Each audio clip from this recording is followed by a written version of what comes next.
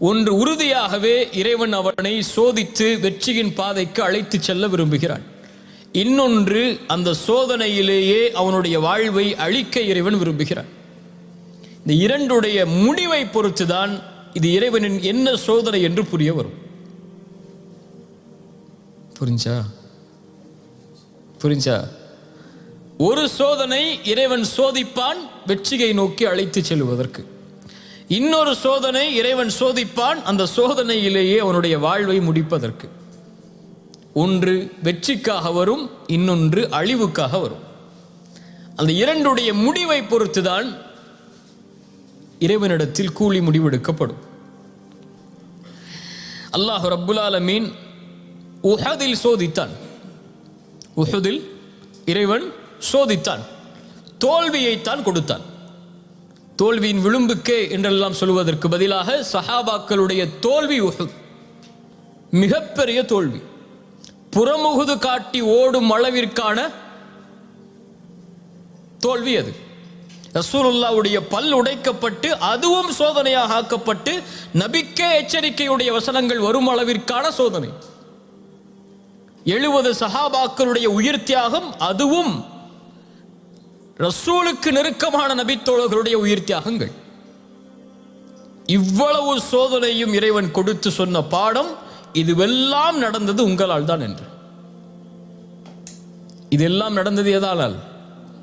அல்லாஹ் சொல்கிறான் சூரத்துல் ஆல் இம்ரான் 165வது வசனத்தில், அவலம்மா அஸாபத்கும் முஸீபத்துன் கத் அஸப்தும் மிஸ்லைஹா குல்தும் அன்னா ஹாதா. இது எங்கிருந்து வந்தது இந்த சோதனை என்று கேட்கிறீர்கள். அல்லாஹ் சொல்கிறான், குல் ஹுவ மின் இந்தி அன்ஃபுசிக்கும், உங்களால் வந்தது, நீங்கள் தேர்ந்தெடுத்த பாதையால் வந்தது.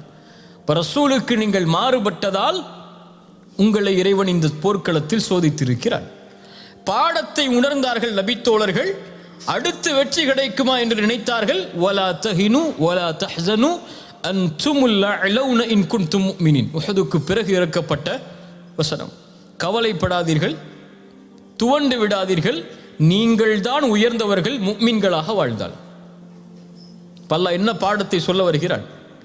தோல்விக்குரிய காரணத்தை அறிந்து விட்டீர்கள், இனிமேல் வெற்றியை நோக்கி புறப்படுங்கள். இப்போ முதலில் வாழ்வில் சோதனை ஏற்பட்டால் சிந்திக்க வேண்டியது, இந்த சோதனை ஏன்? வியாபாரத்தில் ஏற்பட்டாலும் சரி, உறவுகள் பிரிந்தாலும் சரி, வாழ்வில் என்ன சிரமம் ஏற்பட்டாலும் சரி, ஒரு சின்ன விபத்து ஏற்பட்டாலும் சரி, உங்களுடைய கால் சறுக்கினாலும் சரி, யோசிக்க வேண்டியது ஏன் இந்த சோதனை? அல்லாஹ் ரப்புல் ஆலமீன், அல்லாஹுடைய தூதர் ஸல்லல்லாஹு அலைஹி வஸல்லம் அவர்களுடைய வாழ்வின் மூலமாக எமக்கு கொடுத்த பாடம் உஹதுடைய களம். உஹதுடைய களத்தின் சோதனையின் அடிப்படை பாவங்கள். பாவங்கள் தான் சோதனைக்கு மூலதனமாக அமையும். இன்வெஸ்ட்மெண்ட்டே ஒரு சோதனைக்கு என்ன? உங்களுக்கு சோதனை வரணும்னா இன்வெஸ்ட் பண்ணுங்க. எதில் இன்வெஸ்ட் பண்ணுங்க? பாவங்கள்ல. பாவத்தில் இன்வெஸ்ட் பண்ணீங்கன்னா உங்களுக்கு கிடைக்கக்கூடிய ப்ராஃபிட் என்ன? சோதனை தான். ரசூலுல்லாஹி ஸல்லல்லாஹு அலைஹி வஸல்லம் சொன்னாங்க, இய்யாக்கும், உங்களை எச்சரிக்கிறேன் எரிக்கக்கூடிய பாவங்களை விட்டு. எரிக்கக்கூடிய பாவங்களை விட்டு எச்சரிக்கை செய்கிறேன். எப்படி? சில சமூகம் கட்டைகளை போடுவார்கள் எரியக்கூடிய நெருப்பின் மீது. வீசப்பட்ட கட்டைகள் எப்படி மாறும்? தீக்குழம்பாக, தீயுடைய மூட்டமாக மாறிவிடும்.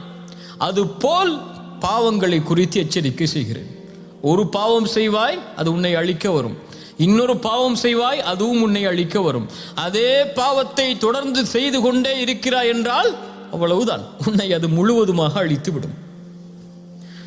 அல்லாஹுடைய குர்ஆனுடைய வசனம் சூரத்து ஸுமருடைய 53வது வசனம் சொல்லுகிறது, குல் யா இபாதியல்லதீன அஸ்ரஃபு அலா அன்ஃபுஸிஹிம் லா தக்னது மிர் ரஹ்மத்தில்லாஹ் இன்னல்லாஹ யக்ஃபிருذ ذுனூப ஜமீஆ இன்னஹு ஹுவல் கஃபூருர் ரஹீம்.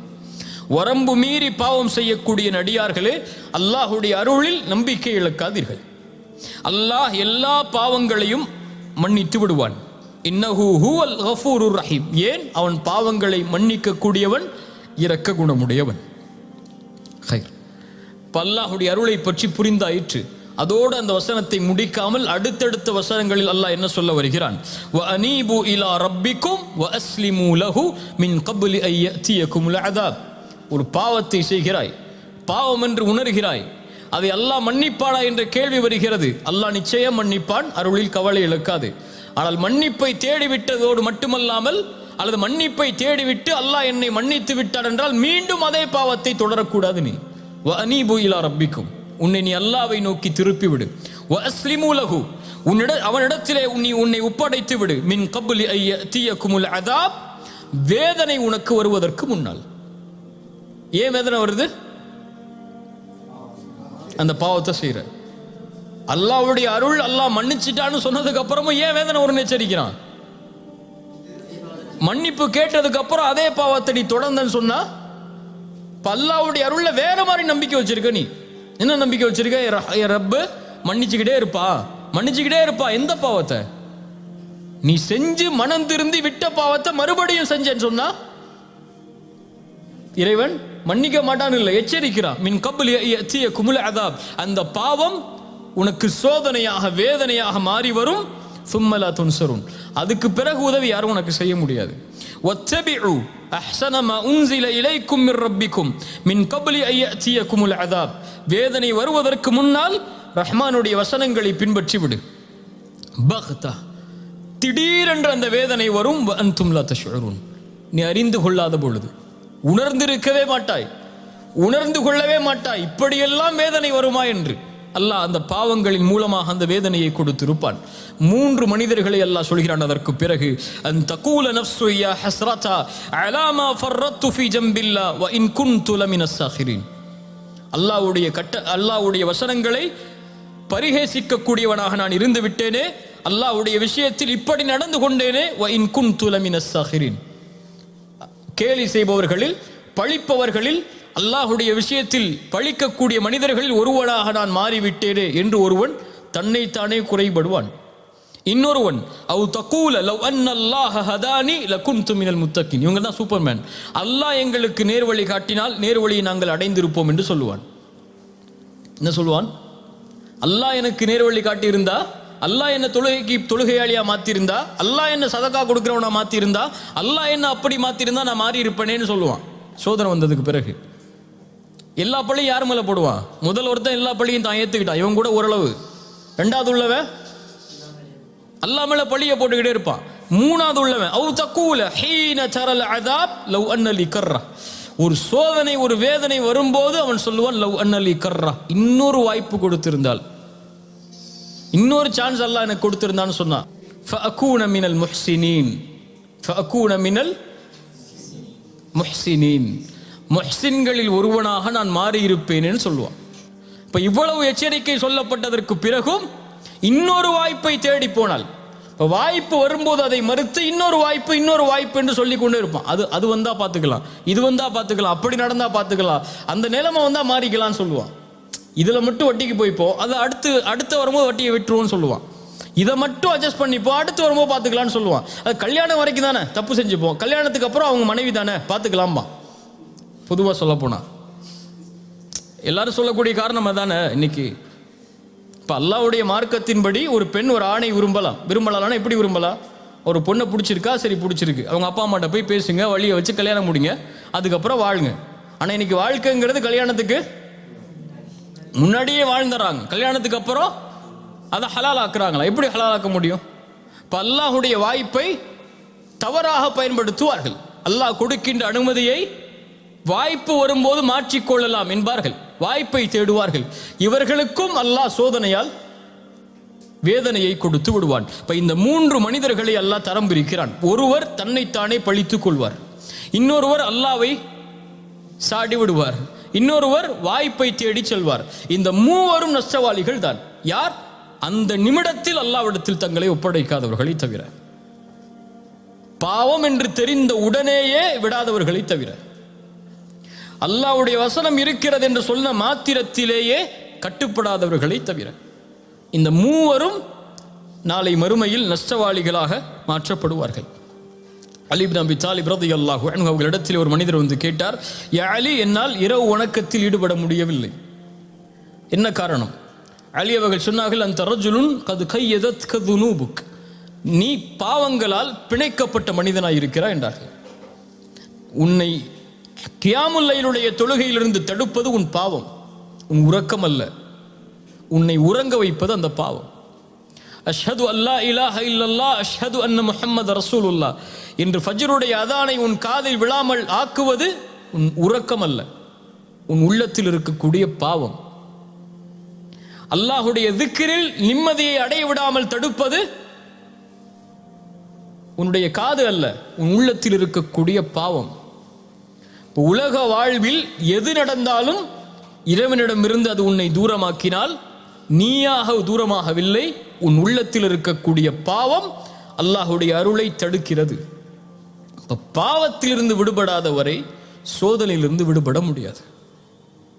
வியாபாரத்தில் நஷ்டம் ஏற்படுகிறதா, வட்டி கலக்கிறதா என்று பார். அல்லாஹ் அனுமதிக்காத முறையில் வியாபாரம் செய்கிறாயா என்று பார். உறவில் விரிசல் ஏற்படுகிறதா, அந்த உறவை அல்லாஹ் அனுமதித்த முறையில் வைத்திருக்கிறாயா என்று பார். கவலைகள் பிரச்சனைகள் குடும்ப வாழ்வில் ஏற்படுகிறதா, அல்லாஹ் அனுமதித்த முறையில் வாழ்கிறாயா என்று பார்.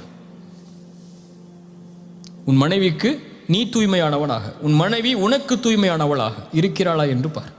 இப்ப சோதனைகள் வரும்போது யார் இப்படி தரம் பிரித்து ஆராய்கிறார்களோ இவர்களும் அல்லாஹ்விடத்தில் வெற்றி செய்யப்படுவார்கள். இந்த உலக வாழ்வு இதுபோல் சோதிக்கப்பட்டு கொண்டே இருக்கும். அப்படி நீ பாவத்தை செய்து கொண்டிருந்தாலும் அல்லாஹ் உன்னை மன்னிப்பான், விட்டுவிடு, அல்லாஹ் அந்த சோதனையை நீக்கி விடுவான். அன்று முடிவெடு, அல்லாஹ் உனக்கு நீக்குவான். அன்று முடிவெடு, அல்லாஹ் உன்னை ஏற்றுக்கொள்வான். 99 கொலை செய்த மனிதன் தான் திருந்த வேண்டும் என்பதற்காக ஒரு அறிஞனை கடைசியாக, ஒரு மனிதனிடத்திலே கடைசியாக போகிறான். அவனும் அல்லாஹுடைய அருளில் நம்பிக்கை இழக்க செய்கிறான், அவரையும் கொலை செய்கிறான். இப்போ 100 பேரை கொலை செய்ததற்கு பிறகும் அவன் உள்ளத்தில் அல்லாஹ்விடத்தில் செல்ல வேண்டும் என்ற ஆசை வருகிறது. ஒரு அறிஞரிடத்திலே கேட்கிறான். அறிஞர் சொன்னார், இந்த ஊரில் இருந்து கிளம்பி நல்லவர்கள் வாழக்கூடிய ஊருக்கு செல், பாவத்தில் இருந்து விடுபட்டு முதலில் செல், போ. அவர் முடிவெடுத்து போகக்கூடிய வழியிலேயே மரணமாகி விடுகிறார்.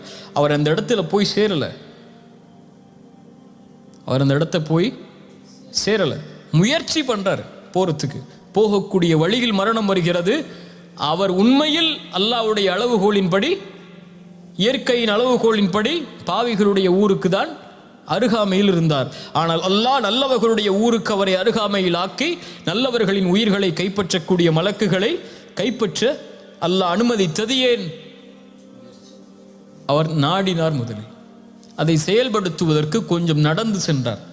இப்போ வட்டியில் இருக்கிறாயா, முடிவெடு, இனிமேல் செய்ய மாட்டேன் என்று முயற்சி செய், அல்லாஹ் உன்னை அந்த பாதைக்கு அழைத்து செல்வான். ஒரு விஷயத்தில் ஒரு உறவு உனக்கு ஹராமாக இருக்கிறதா, அன்று விடு, அல்லாஹ் உனக்கு அதை ஹலாலாக்குவான். அல்லது உன் ஹராமே உன் ஹலாலை தடுத்து விடும். ஹராமே உன் ஹலாலை தடுத்து விடும். இப்போ இது எல்லா விஷயத்திலும், குறிப்பாக நம்ம இந்த உலகத்தில் பார்க்கக்கூடிய சோதனைகளை வச்சு சொல்றேன் நான். இது எல்லா விஷயத்திலையும் பொருத்தி பார்த்தாலும் இதைத்தான் அல்லாஹ் ரப்புல் ஆலமீன் நியதியாக வைத்திருப்பான். இப்போ இப்படி